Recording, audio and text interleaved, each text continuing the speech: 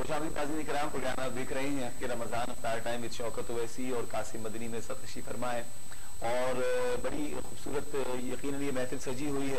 میرے آقا کا ذکر ہے، میرے حضور کا ذکر واقعی ہی خوبصورت ہے. الحمدللہ ثم الحمدللہ. حافظ محمد قاسم مدنی صاحب تشریف فرما ہے. حضرت حسان بن ثابت رضی اللہ تعالی عنہ جب حضور نبی مکرم صلی اللہ تعالی علیہ وآلہ وسلم کے دربار میں تشریف فرما تھے، حضور نے پوچھا کہ حسان جو تم نے میری نعت کہی ہے، جو تم اشعار میرے بارے میں پڑھتے ہو، وہ تو سناؤ. حضرت حسان بن ثابت رضی اللہ تعالیٰ عنہ نے کہا یا رسول اللہ، میں نے جو لکھا ہے آپ کی خدمت میں پیش کرتا ہوں. آپ پڑھنے لگے. وَأَحْسَنُ مِنْكَ لَمْ تَرَ قَطُّ عَيْنِي. یا رسول اللہ، آپ جیسے حسن و جمال والا ہماری آنکھ نے دیکھا ہی نہیں. اچھا، اب اعتراض کرنے والے تو اس دور میں بھی تھے نا ناظرین محترم. کسی اعتراض کرنے والے نے اعتراض کیا کہ حسان تمہاری آنکھ نے نہیں دیکھا، خوبصورت و حسین ممکن ہے کسی اور آنکھ نے دیکھا ہو. حضرت حسان بھی حضور کے سچے غلام تھے. پہلا شعر آپ نے کہا وَأَحْسَنُ مِنْكَ لَمْ تَرَ قَطُّ عَيْنِي. یا رسول اللہ، آپ جیسے حسن و جمال والا میری آنکھ نے دیکھا ہی نہیں. وَأَجْمَلَ مِنْكَ لَمْ تَلِدِ النِّسَاءُ. یا رسول اللہ، آپ جیسا جمیل تو کسی ماں نے جنا ہی نہیں. حضرت حسان نے بات کو ہی ختم کر دیا. پہلا مصرع کہ وَأَحْسَنَ مِنْكَ لَمْ تَرَ قَطُّ عَيْنِي. یا رسول اللہ، آپ جیسے حسن و جمال والا ہماری آنکھ نے دیکھا ہی نہیں. اعتراض کرنے والوں نے کہا کہ تمہاری آنکھ نے دیکھا، ممکن ہے کسی اور آنکھ نے دیکھا ہو. لیکن حضرت حسان نے اگلے مصرے میں بات کو تمام کر دیا. وَأَجْمَلَ مِنْكَ لَمْ تَلِدِ النِّسَاءُ. یا رسول اللہ، آپ جیسا جمیل تو کسی ماں نے جنا ہی نہیں. خُلِقْتَ مُبَرَّأً مِنْ كُلِّ عَيْبٍ. یا رسول اللہ، آپ ہر عیب سے پاک ہیں. كَأَنَّكَ قَدْ خُلِقْتَ كَمَا تَشَاءُ. مولا، آپ تو اس دنیا میں تشریف لائے گویا اپنی مرضی کے مطابق. ناظرین محترم، اب یہاں اس چوتھے مصرے میں بڑی توجہ والی بات ہے، بڑے توجہ طلب بات ہے. بہت سے احباب کے سروں پہ سے بات گزر گئی ہوگی، لیکن جو توجہ دینے والے ہیں، جو فکر کرنے والے ہیں، سوچا ہوگا حضرت حسان نے کیا کہہ دیا. کأنک قد خلقت کما تشاء. یا رسول اللہ، آپ اپنی مرضی کے مطابق اس دنیا میں جلوہ افروز ہوئے. ترجمہ یہ ہے، یا رسول اللہ، آپ اپنی مرضی کے مطابق اس دنیا میں جلوہ افروز ہوئے. حضرت حسان تو یہ کہہ گئے، لیکن چوتھا مصرع حضور کے اس آقا کے اس کرم کی طرف اشارہ کرتا ہے، حضور کے اس مرتبے کی طرف اشارہ کرتا ہے جو حضرت آدم کی جب آنکھ کھلی، آپ مٹی اور پانی کے درمیان میں تھے. آپ کی آنکھ کھلی، آنکھ کھولتے ہی آپ نے جو آسمان کی طرف دیکھا تو آسمان پر لکھا تھا لا الہ الا اللہ محمد رسول اللہ. گویا کہ حضور پہلے سے موجود تھے. مرضی اس سے پوچھی جاتی ہے جو موجود ہو. جو موجود ہی نہ ہو دنیا میں، جس نے ابھی آنا ہو، اس سے کیسی مرضی پوچھی جائے گی. حضرت حسان کہتے ہیں کأنک قد خلقت کما تشاء. آقا، آپ اپنی مرضی کے مطابق اس دنیا میں جلوہ افروز ہوئے. گویا کہ میرے آقا اس وقت بھی موجود تھے جب حضرت آدم مٹی اور پانی کے درمیان تھے. میرے آقا ہر دور میں موجود ہیں، اور میرے آقا کریم صلی اللہ تعالیٰ علیہ وآلہ وسلم کا یہ دور بھی میرے آقا کا ہے. کیوں کہ حضور خاتم النبیین ہے، حضور کے بعد کسی نبی نے نہیں آنا ہے. تو یہ دور بھی اور قیامت تک میرے آقا کا دور رہے گا انشاءاللہ. قاسم مدنی سے خوبصورت نعت سنتے ہیں. جی قاسم بھائی. میرے سادہ محترم حسین ہاشمی صاحب کا پڑھا ہوا بہت ہی پیارا کلام میں پیش کرتا ہوں. میری زندگی میری آبرو، میری زندگی میری آبرو، یہ عطا یاد رسول ہے.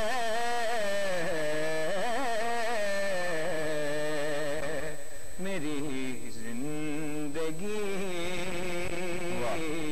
میری آبرو، یہ عطا یاد رسول ہے.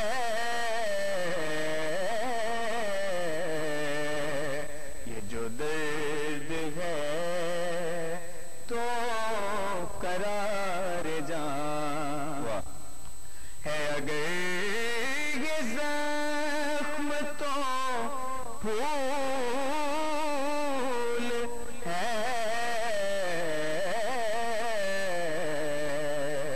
میری زندگی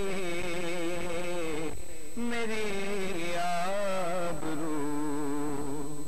سبحان تیرے ذکر کی ہے یہ برکتیں، میرے بگڑے کام سنور گئے، میرے بگڑے کام سنور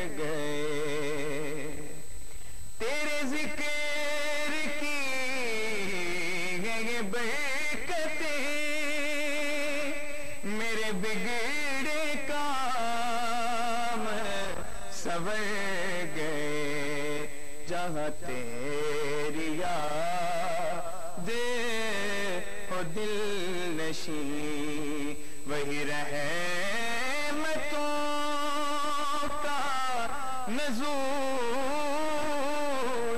ہے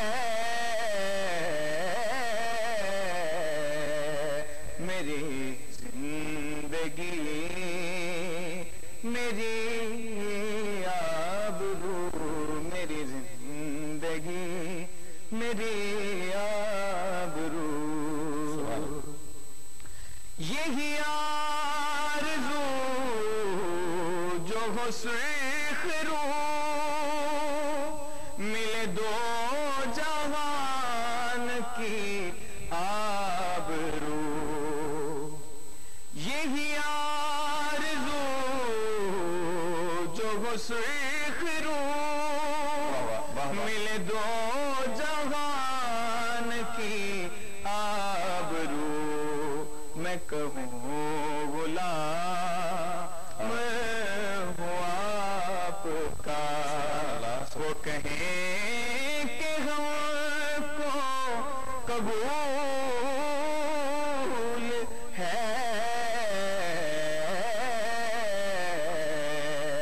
میری زندگی میری آبرو بہت ہی پیارا شعر ماشاءاللہ نہ کسی کے رقص پہ طنز کر سبحان اللہ نہ کسی کے غم کا مذاق اڑا نہ کسی کے غم کا مذاق اڑا نہ کسی کے رقص پہ طنز کر نہ کسی کے غم کا مذاق اڑا جسے چاہے جیسے نواز دیں یہ مزاج عشق رسول ہے میری زندگی میری آبرو یہ عطا یاد رسول